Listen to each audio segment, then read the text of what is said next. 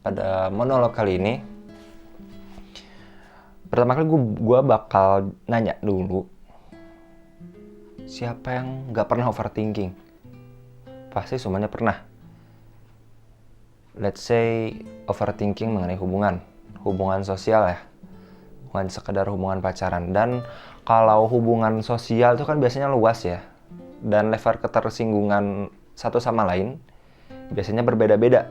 Ada yang ngerasa tersinggung dengan si A, si B ini tersinggung dengan si A, tapi si A gak ngerasa dia udah menyinggung si B.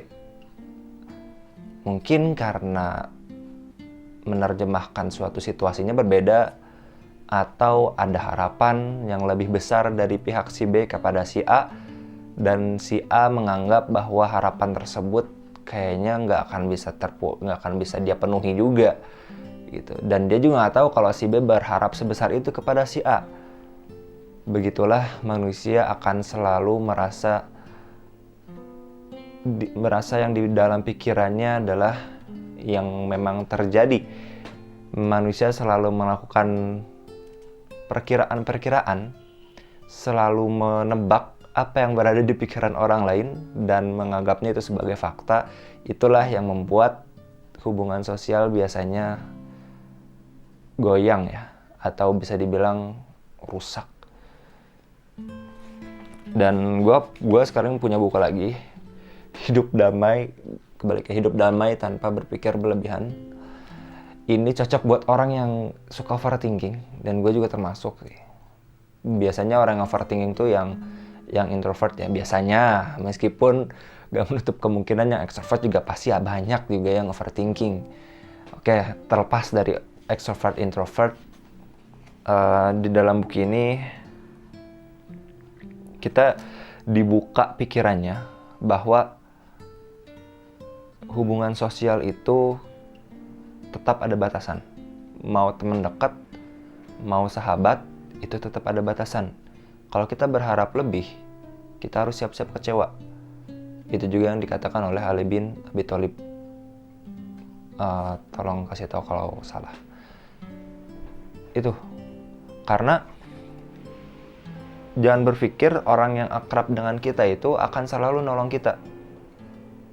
Kita juga harus sadar bahwa antara kita dengan dia yang akrab, yang sahabat ini, tentu ada jarak penerimaannya seperti apa. Terus ada batas-batas pribadi yang gak boleh kita langgar juga. Atau ya udah, kalau berharap dia ngebantuin kita, ya udah kita harus tahu juga kalau dia tuh cuma bisa bantu segini. Karena di satu sisi kemampuannya cuma segitu, dan dia juga punya hal-hal yang lain harus diurus gitu. Ekspektasi yang terlalu tinggi akan membuat orang-orang kecewa tuh biasanya seperti itu. Tapi kalau misalkan kita udah tahu konsepnya, udah tahu kuncinya, kalau berekspektasi jangan ketinggian. Dan kita juga jangan menyalahkan orang lain, jangan nyalahin orang tersebut yang kita taruh harapan. Toh salah kita sendiri. Kenapa kita berpikir demikian? Kenapa kita terlalu overthinking sejauh itu? Dan saat ada orang yang berperilaku baik, ini buatku juga sih. Saat ada orang berperilaku baik atau buruk, sebenarnya itu hak mereka ya. Orang-orang tuh nggak memiliki kewajiban untuk berperilaku baik ke kita. Tapi kita harus mewajibkan diri kita untuk berperilaku baik kepada orang lain. Kalau misalkan semua manusia berprinsip seperti itu, mungkin gak akan terlalu banyak masalah, gak akan terlalu banyak tersinggungan. Karena ya udah, dia mau pergi, mau stay ya stay. Saat dia pergi, ya kita bersyukur dia udah pernah hadir dan udah pernah menolong kita, udah pernah membuat kita sebaik ini. Tapi kalau dia stay, jangan manfaatin dia banget, dan jangan membuat dia jadi gak nyaman dengan kita. Karena kalau kita berpikir yang namanya hubungan sosial, bentuknya dinamis ya, bisa bagus, bisa juga kurang bagus.